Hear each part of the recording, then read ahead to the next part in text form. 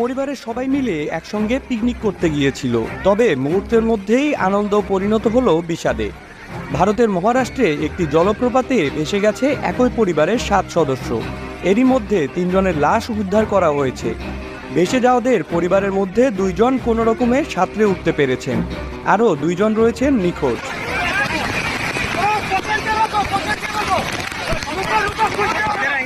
মুম্বাই থেকে 80 কিলোমিটার দক্ষিণ পূর্বে পাহাড়ি শহর লোনাভোলায় আরও শত শত পর্যটকের মতো ওই 7 সদস্যের পরিবারটিও গিয়েছিল ছুটি কাটাতে।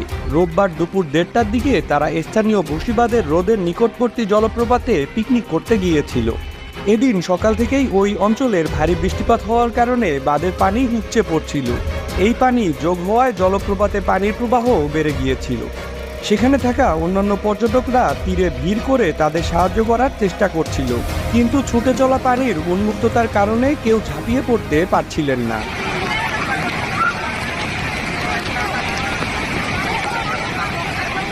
বহু মানুষের চোখের সামনেই ঘটনাটি ঘটেছিল। পুরো ঘটনার ভিডিও সামাজিক যোগাযোগ মাধ্যমে এসেছে। আতঙ্কে জমে যাওয়ার মতো এই ভিডিওটিতে পরিবারের শেষ মুহূর্তগুলো উঠে এসেছে।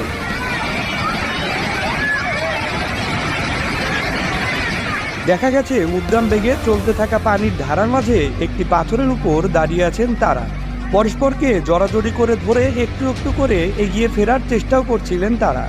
অন্যান্য দর্শনার্থীরা নিজেদের মতো করে চেষ্টা করছিল সাধ্যমতো পরিবারটিকে সাহায্য করার। ভিডিওটিতে দেখা যায় কয়েকজন মিলে গাছের শক্তপোক্ত ডাল ও বাকল খুঁজে তাদের বাঁচানোর জন্য চেষ্টা করছে।